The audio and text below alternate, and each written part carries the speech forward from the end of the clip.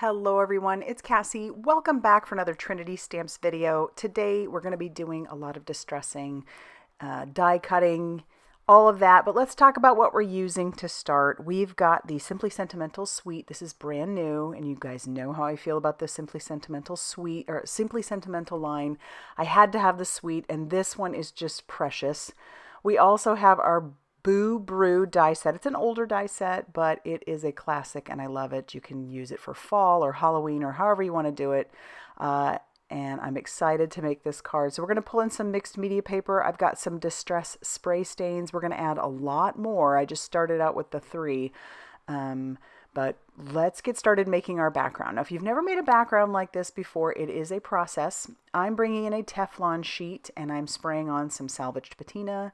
That is just a distress spray stain. We have some distress oxide sprays in Faded Jeans and Mermaid Lagoon.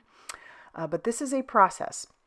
So I have my Teflon sheet because the way that the inks bead on top of the Teflon sheet is a whole lot different than on the glass mat. So I like to bring that in just because of the way that the inks sit on top of there. And I'm just pouncing my mixed media paper in there. You're not going to be able to use just regular cardstock. You need to have like a watercolor cardstock or something along that line that can handle wet medium. And so I've got this mixed media paper. And so we'll dry in between each layer, spray a little water, use a little bit more salvaged patina, and then we're just going to smash this right into there. And it's going to add a bunch of layers. You'll notice I do have a good amount of white space still in there. And I'm actually still using the color that's been on the mat since I started, adding just a little bit more of that salvaged patina and some water. And then we're going to hit this with our heat tool and a little bit more water. Just keep using what we've got already on there, trying to cover in that white space. And then, like I said, heat setting in between. We're going to clean off that Teflon sheet, and then we're going to start afresh with some different, or not different colors, but more of the same colors, spritzing some of that salvaged patina. And yes, I use my finger so I could get bigger blobs of that ink so that when I pick it up with the paper, it shows a little bit more. Pounce it in there again, and then I'm going to clean that off. I'm using a little bit of walnut stain, which is a brown now, and I just want that to be kind of on the edges. That's just going to add a little bit of extra depth to what we already have going on. And then my final step after this is dry is I want to bring in the Faded Jeans. But before I do that, we're going to use water. So I love how this background is looking, but these are reactive to water. And I'm going to sprinkle a little bit of water on there, let that sit for a few seconds, use my microfiber cloth just to dab it up. And then I'm going to hit that with a heat tool. That'll make where the water was a little bit more pronounced. And then I'm going to do water one more time. So I'll put that in my hand and then just kind of sprinkle that where I want it. And then let that sit for a few seconds, and that same whole process, just wipe it up or dab it up, not wipe, dab. Hit that with the heat tool, and then the final step now is to use the Faded Jeans. So I'm just going to take the lid off because I want big spots of that Faded Jeans on there. And then we can set this background off to the side to dry. But I love how that looks. It's so textured. There's a lot of depth going on there. All those fun colors and layers. This is a beautiful background. I could make these all day long. But now we're moving on. I've already die cut everything out using our Boo Brew die set. I wanted 2 of everything, like 2 friends sitting there having a cup of coffee or hot cocoa or pumpkin spice, whatever people want to drink, tea, I don't care. Just so long as you're together having fun with your friend. And I'm going to do some more distressing. So I've die cut out the pieces for the pumpkin using more of an orangey color. And then I'm taking some tea dye, distress spray stain, and I'm splattering that onto those pieces. I'll pick those pieces up and I'll just kind of squish those into the color that is on the Teflon mat. And some of those will get kind of moved around a bit. That's okay. I kind of like the look that's more than just like a dot of ink. So we'll do that with all of those pieces. And then you'll notice I have another color sitting off to the side. That color is antiqued bronze. So it's going to add some shine and shimmer in just dots of it. So that's all I'm going to do with that. I'm not going to squish that into the I'm not going to take each piece and squish it in. We're just going to leave it as is. Let those dry. Make sure they're good and dry. And then I'm bringing in the new Trinity Stamps ink blender that you see there, along with I've got the walnut stain, and we're just inking up those edges. And now we can start piecing things together. So I'm using reverse tweezers, and I'm going to start from the outside in. Pardon my head, that's going to happen a lot because I want to make sure I'm lining things up as straight as possible. But I'll just use a little bit of liquid glue. And the thing about putting these cups together is that each of those has a flat side to it. You want to make sure that the flat side of your die is at the top of the cup. And we're just kind of lining it up like there is an invisible lip to the cup, if that makes sense. And again, outside working in. So I'm going to move this piece over just a little bit more. And then we'll grab the next piece that works into it. And then we can put our centerpiece in. But these little coffee mugs are just darling. And I like how with this Boo Brew set, if you wanted to make it look like a jack-o'-lantern, you could. Because there is a die for that also. All right, and then we'll do our other cup. Same process for this. Just working from the outside and working in. All right, now that our cups are put together, we're going to add a little bit more distressing using our new brush along with that walnut stain, just adding a little bit of depth to the edges. Adds a little bit of shadowing to it as well. Makes them stand out a little bit more also.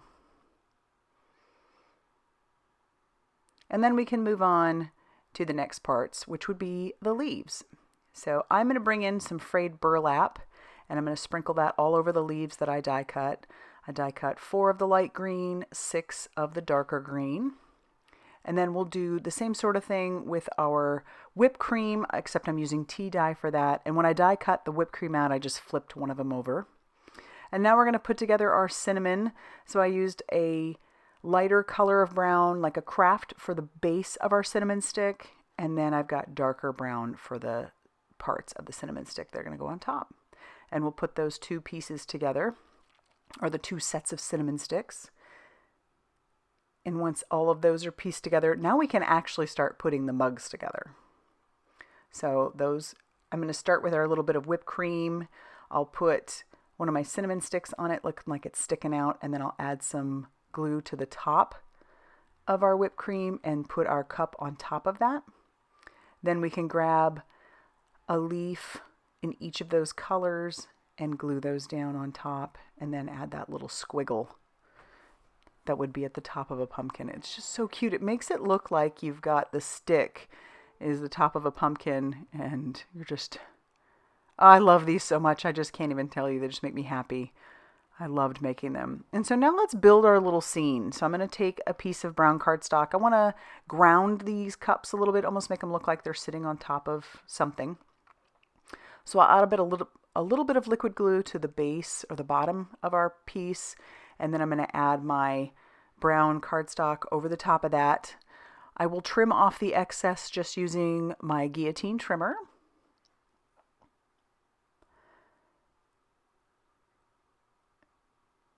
And then when we're done with that, we'll start working on our sentiments. And I sat and looked at this set for a while, trying to figure out exactly what kind of card I wanted to make it. So I did decide to make it a birthday card. And so just grabbing out the words that I needed, I have wishing you and the word A. And originally I put the wishing you and A together, inked it up, and then I realized, ooh, I didn't like how far away the A was from wishing you. So I'm going to stamp wishing you. And I use some VersaFine Clair Nocturne ink. And then I'll grab the A and I'll stamp that right next to wishing you. And then on the other side, I'm going to put birthday. And as you can imagine, the word sweet will go between. But we'll trim those down using the guillotine trimmer, and then we can die cut out the word sweet using the Simply Sentimental Sweet die set. The shadow is brown. The word itself is in white, and we'll use our reverse tweezers along with liquid glue to adhere down the word sweet to its shadow.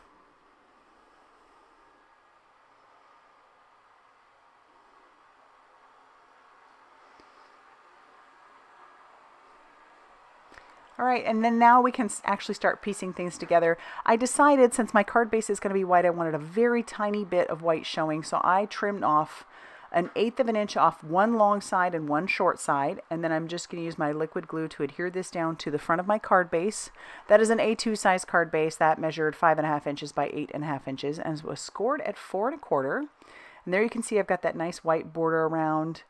And now instead of using foam tape, which I would typically do, I'm going to just glue everything down. This will be a fairly flat card. I mean, it does have a decent amount of layers to it, but it's fairly flat, easy mailer. And we'll put our cups right next to each other, like two friends sitting there having a cup. And then we can kind of play around with placement before we actually start adhering anything down. So I like how that's going to turn out. And our leaves will go on there. This is just going to be such a fun little fall birthday scene. All right, so let's adhere down the word sweet, reverse tweezers. I'm going to put that, I started with the word sweet because I wanted that to be in the very middle of the card. I am kind of lining things up using my glass mat also. Here I'm going to bring in the Pearblossom Press A2 T ruler, and this way it'll help me to keep the wishing you a and the word birthday nice and straight on my card. I did want them tucked slightly behind the word sweet, so pardon my head, I'm kind of pushing that behind. And again, using our ruler. But then it's nice and straight up top. I'm going to put down one of our leaves at the very edge of the word birthday. And then we can adhere down the rest of our leaves. I do have quite a few friends that have fall birthdays.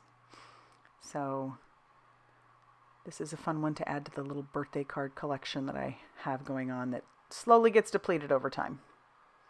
And I don't add anything to the inside as of now, but I do love, love, love how this card turned out, and I hope you do too. So if you like this video, please hit that like button. Definitely consider subscribing if you haven't already done so. And thank you so much for watching, subscribing, using my affiliate links. All those things keep me producing videos, and I really do appreciate you. And I will see you very soon in another video. Bye, everybody.